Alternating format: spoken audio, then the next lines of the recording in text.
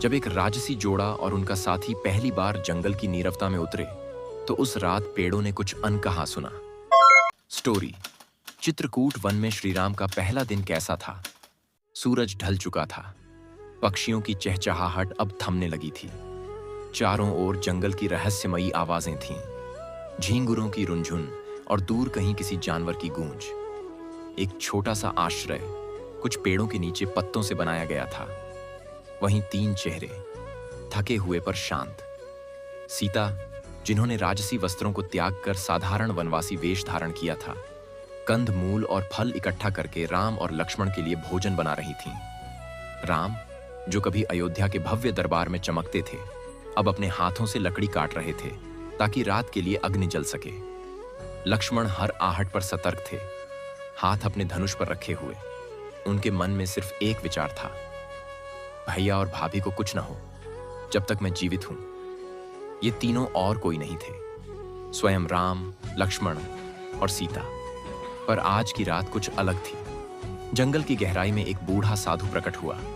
उसकी चाल धीमी थी, लेकिन उसकी आंखों में कोई दिव्य प्रकाश झलक रहा था, जैसे वो युगों का साक्षी रहा हो। उसने राम को देखा और कहा, तुम्हारे आने से इस वन को जीवन मिला है, पर क्या तुम जानते हो, ये जंगल सिर्फ वृक्षों और पशुओं से नहीं बना।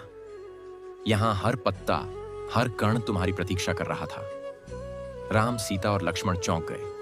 साधु ने अपनी झोली से एक छोटा सा दीपक निकाला और कहा, इस वन में एक प्राचीन गुफा है जहां सदियों से एक प्रकाश जलता आया है।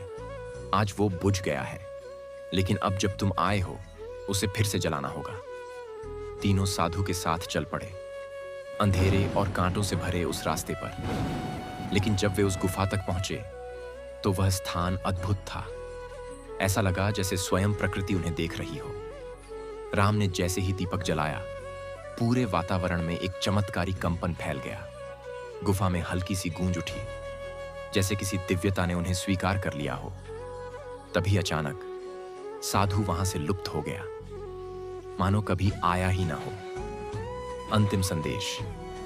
कभी कभी सबसे पवित्र यात्राएं वन में नहीं, आत्मा में शुरू होती हैं। और उस रात जंगल ने राम, लक्ष्मण और सीता को अपने सबसे बड़े रहस्य सौंप दिए। अगर ये कहानी आपके दिल को छू गई हो, तो कमेंट में जरूर लिखें, जय श्री राम।